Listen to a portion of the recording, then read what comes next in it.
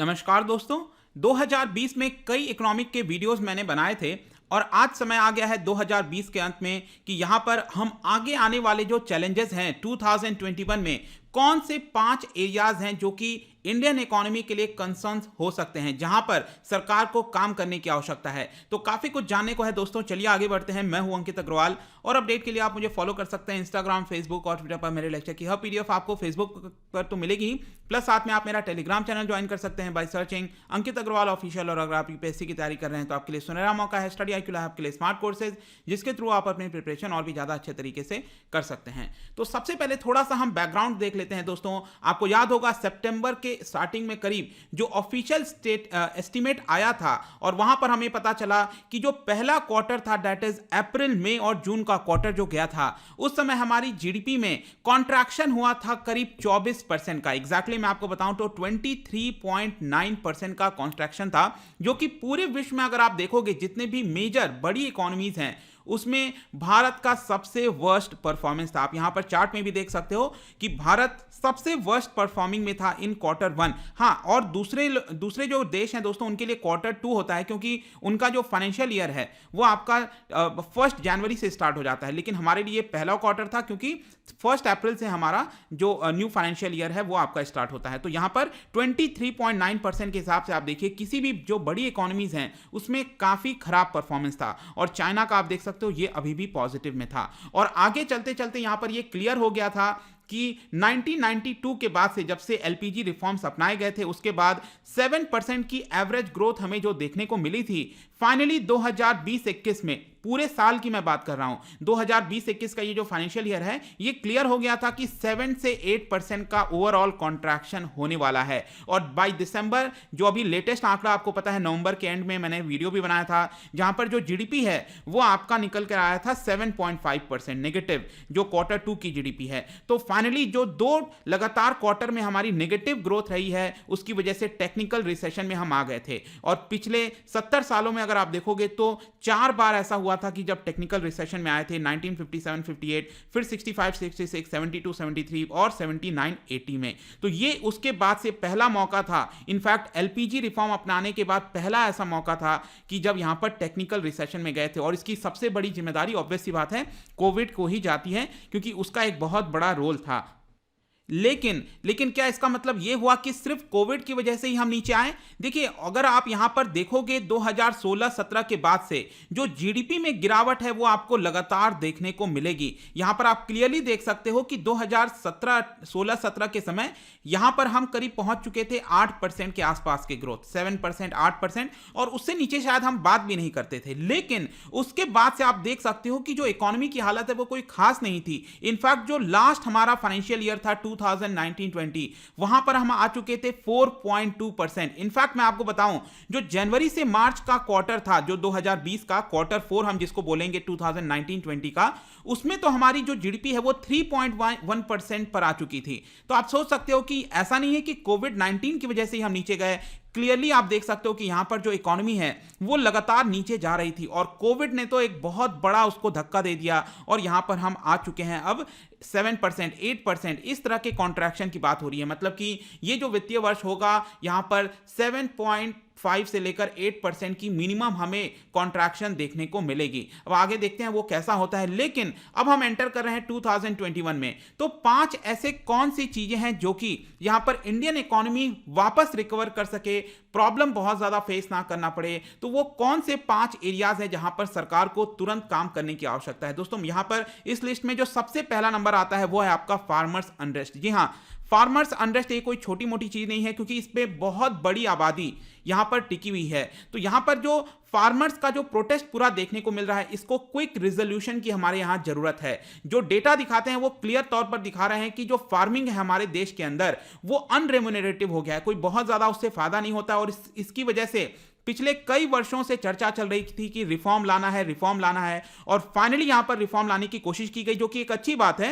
लेकिन उसको लेकर यहां पर जो कॉन्फिडेंस होना चाहिए फार्मर्स में, स्पेशली जो हरियाणा और पंजाब के किसान हैं, उनमें वो कॉन्फिडेंस नहीं दिख रहा है, जिसकी वजह से इस तरह के हमें प्रोटेस्ट देखने को मिल रहे हैं। तो कहीं ना कहीं सरकार की रिफॉर्म्स लाती है, एक अच्छी बात है, लेकिन इसके साथ साथ जो कम्युनिकेशन गैप है, जो कंसेंसस बिल्ड करना है सभी स्टेक होल्डर्स के साथ, वो करने की आवश्यकता है। क्योंकि जब तक आप कंसेंसस और सारी चीजें नहीं करेंगे, तब तक कितना भी अच्छा रिफॉर्म क्यों ना आ जाए, उसका कोई बहुत फायदा नहीं होगा। और यहां पर जब हम प्रोटेस्ट की बात करते हैं, तो पिछले 1-1.5-2 सालों में आपने देखा होगा, चाहे वो इकोनॉमिक इश्यूज से रिलेटेड प्रोटेस्ट हो या फिर नॉन इकोनॉमिक इश्यूज हो, जैसे कि सीए हो गया, एनआरसी हो गया, इन सभी चीजों में अगर आप देखोगे तो जो प्रोटेस्ट है वो कहीं ना कहीं जो देश के अंदर माहौल है वो कोई अच्छा नहीं रखता है। तो यहां पर इस तरह के जो बड़े आइडियाज जब लाए जाते हैं, चाहे वो लेबर कोड हो या फिर फार्मिंग से रिलेटेड हो, तो यहां पर जरूरत होती है कि इस तरह के जो प्रोटेस्ट हैं उसको सरकार को किसी प्रकार से अवॉइड करने की आवश्यकता है। क्योंकि यहां पर इकोनॉमी तभी ग्रो करेगी जब चीजें स्टेबल होंगी, किसी भी देश के अंदर इस तरह की स्टेबिलिटी देखने को मिलेगी।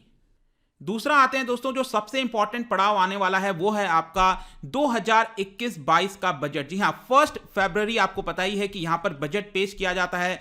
तो अगला बजट कैसा होगा वो बहुत कुछ हद तक डिसाइड कर सकता है कि यहां पर जिस तरह का इकोनॉमिक फॉल हमें देखने को मिला है, क्या वो रिकवर कर पाएगा, नहीं कर पाएगा। बहुत हद तक ये जो आगे आने वाला बजट है, it is going to be one of the most important budget in the recent times. और यहां पर आप देख सकते हो कि सरकार को जरूरत है कि कुछ इंपॉर्टेंट मेजर्स लाने की। यहां पर जो इंक्रीमेंटलिज्म का वर्क होता है उसको अवॉइड करने की आवश्यकता है। क्योंकि अगर आप देखोगे तो जितने भी बड़े बिजनेस हाउसेस हैं, उनका जो इन्वेस्टमेंट का प्लान था, जो माइग्रेंट लेबरर्स थे जो जो वापस अपने गांव चले गए थे, कई सारे जो फैमिलीज हैं जिन्होंने प्लानिंग किया था बड़े कार्स खरीदने का, एडिशनल सेविंग्स हो गया, ये सारी चीजें कहीं ना कहीं प्रॉब्लम से गुजर रही हैं इस समय। और अभी भी अनसर्टेनिटी दिखती है कोविड-19 को लेकर। इसकी वजह से यहां पर जो स्पेंडिंग है वो थोड़ा कमजोर हो सकता है। तो सरकार को आवश्यकता है कि यहां पर ऐसा बजट लाया जाए ताकि डिमांड किसी प्रकार से तेजी से जनरेट हो, ताकि सप्लाई भी उसी प्रकार से बढ़ सके।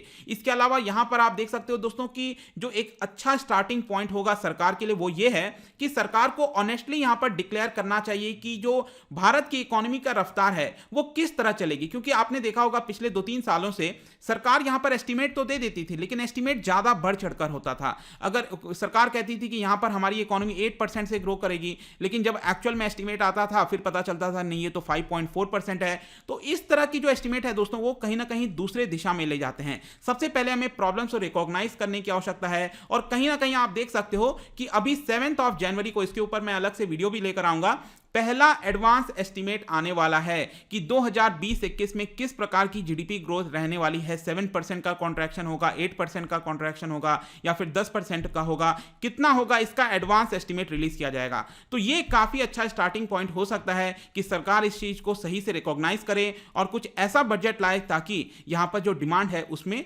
इंप्रूवमेंट हमें देखने को मिले।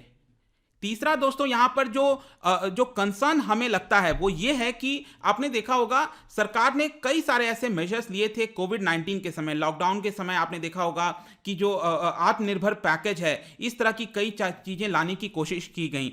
लेकिन अब उसकी वजह से क्या हुआ है कि दूसरा परिणाम होने लगा है। यहां पर जो लिक्विडिटी बढ़ानी थी इकोनॉमी के अंदर वो तो बढ़ रही है, कैश काफी ज्यादा आ गया है, लेकिन इसका दूसरा यहां पर परिणाम क्या होगा, एनपीए बढ़ने लगेगा। अभी रिसेंटली आपने देखा होगा आरबीआई के द्वारा भी यहां पर एक स्टेटमेंट जारी किया था और उसमें यह बोला कि आगे आने वाले समय में जो एनपीए की समस्या है, जिसको काफी हद तक काबू करने की कोशिश की गई थी पिछले 3-4 सालों से, लेकिन अब वापस से ये एग्जैजरेट हो सकता है, काफी ज्यादा बड़ा हो सकता है।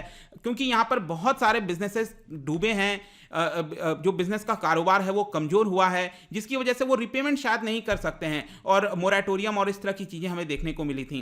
तो यहां पर एनपीए को किस तरह से सरकार हैंडल करेगी, यहां पर जो इंसॉल्वेंसी एंड बैंक्रप्सी कोड है उसको किस तरह से अप्लाई किया जाएगा बैंकों के ऊपर। मतलब कि जो बिजनेसेस हैं, आपको पता है कि आईबीसी जो कोड है आपका, इसके थ्रू क्या होता है कि कोई बिजनेस डूब जाता है तो उसका लिक्विडेशन प्रोसेस होता है। तो अगर सपोज कोई कंपनी है वो थोड़ा सा कमजोर हो गई है, क्योंकि कोविड-19 के समय बहुत सारी कंपनीज हैं जो कमजोर हो गई हैं, तो क्या सभी को यहां पर इंसॉल्वेंसी एंड बैंक्रप्सी कोड के अंदर भेजा जाएगा लिक्विडेशन के लिए?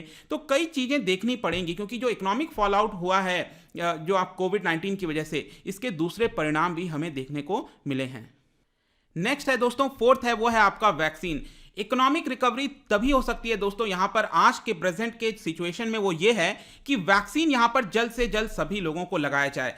क्योंकि आप खुद सोच के देखो, आज भी आपने देखा होगा कई राज्यों के अंदर कभी नाइट कर्फ्यू लगा दिया जाता है, कभी किसी प्रकार के रेस्ट्रिक्शंस लगा दिए जाते हैं। तो इस तरह के सिचुएशन में यहां पर हम अज्यूम नहीं कर सकते कि किस तरह का आगे आने वाला समय होने वाला है। तो इसमें बेस्ट तरीका यही होगा कि किस तरह से जो वैक्सीन है वो सभी लोगों को, यहां पर जो जनरल पब्लिक है वो लगाया जाए, ताकि यहां पर एटलीस्ट बेफिक्र होकर जो इकोनॉमी के अंदर पार्टिसिपेशन है, लेबर फोर्स है, सप्लाई है, डिमांड है, हर एक चीज बेटर तरीके से हो सके। और आप यहां पर देख सकते हो कि बायो एंड टेक सीईओ हैं, उनका तो यहां पर स्टेटमेंट भी आया था 2 दिन पहले। उनका कहना है कि ये जो कोरोना वायरस है वो तो हमारे अगले 10 साल तक रह सकता है। तो 10 साल तक रह सकता है, तो क्या इसी तरह से हमारे इकोनॉमी के अंदर कभी नाइट कर्फ्यू, क्या इस तरह से चीजें लगाई जाएंगी? क्योंकि ये बड़ा कंसर्न हो सकता है आगे आने वाले समय में। अगर यहां पर इस तरह का रिस्ट्रिक्शंस लगेगा तो डेफिनेटली इकोनॉमी के ऊपर इंपैक्ट आएगा। तो इससे बेस्ट तरीका है कि यहां पर जल्दी से जल्दी वैक्सीन को लेकर काम हो। एंड आई थिंक कि सरकार इसके ऊपर लगी हुई है। लेट्स सी कि कब हमारे देश में भी इसका शुरुआत होता है। अभी आपने रिसेंटली देखा होगा ट्रायल रन किया गया था कुछ 3-4 स्टेट्स के अंदर। और लास्ट में आता है दोस्तों यहां पर वो है ग्लोबल इकोनॉमी के अंदर पार्टिसिपेट करना। पार्टिसिपेट करने का मतलब मेरा यह कहने का है कि पिछले कुछ समय से आपने देखा होगा कि कोविड-19 और चाइना के देखते हुए यहां पर सरकार कहीं ना कहीं इनवर्ड लुकिंग होती जा रही है। इनवर्ड लुकिंग का मतलब है कि जैसे आपने देखा होगा आरसीईपी हो गया, रीजनल कॉम्प्रिहेंसिव इकोनॉमिक पार्टनरशिप, हमने इसमें ज्वाइन नहीं किया था क्योंकि हमारा तर्क था कि शायद हमें इससे लॉस हो सकता है। और ठीक है, ये सरकार का निर्णय है, एक्सपर्ट्स का निर्णय है, लेकिन कहीं ना कहीं ये जो ओवरऑल ग्लोबल इकोनॉमी है उसके अंदर हमारा पार्टिसिपेशन कम नहीं होना चाहिए। क्योंकि हमारे देश के अंदर ज्यादातर ग्रोथ आप देखिए दोस्तों एलपीजी रिफॉर्म्स के बाद ही हुआ है। जब हम अपने इकोनॉमी को ओपन किए हैं तो रेस्ट्रिक्ट नहीं करना है हमारे इकोनॉमी को, ये सबसे इंपॉर्टेंट है। आगे आने वाले समय में चाहे यूरोपियन यूनियन के साथ ट्रेड एग्रीमेंट हो, यूएस के साथ ट्रेड एग्रीमेंट हो, अब नए प्रेसिडेंट आने वाले हैं क्योंकि डोनाल्ड ट्रंप ने तो साइन नहीं किया था ट्रेड एग्रीमेंट, तो ज्यादा से ज्यादा ओपन होने की आवश्यकता है, कंपटीशन लाने की आवश्यकता है। तभी हम यहां पर ग्लोबल इकोनॉमी के साथ साथ भारत की भी इकोनॉमी रिकवर कर पाएगी, अदरवाइज चीजें मुश्किल हो सकती हैं। तो आई होप दोस्तों ये जो 5 एरियाज ऑफ कंसर्न है 2021 वाले में आने वाले समय में वो काफी इंपॉर्टेंट होंगे और देखना होगा कि किस तरह से चीजें टर्न आउट होती हैं। जाने से पहले मैं आपके लिए एक क्वेश्चन लाया हूं, आप इसको ध्यान से पढ़िए और बताइए कौन सा स्टेटमेंट करेक्ट होगा, कौन सा राइट आंसर है। और इसका जो एग्जैक्ट आंसर है, राइट आंसर मैं अपने इंस्टाग्राम पर तो डालूंगा ही, अगर आप इंस्टा पे नहीं हो कोई बात नहीं, टेलीग्राम से ले सकते हैं। मैं कई सारे एमसीक्यूज यहां पर डालता रहता हूं, स्टोरीज के फॉर्म में आप जाकर प्ले कर सकते हो। अगर आप मुझसे इकोनॉमी पढ़ना चाहते हैं, कोई भी कोर्स परचेज करना चाहते हैं, स्टडी IQ ऐप पर जा सकते हैं। आई होप की वीडियो आपको पसंद आया होगा। मिलता हूं आपसे next time, till then thank you very much, see you soon.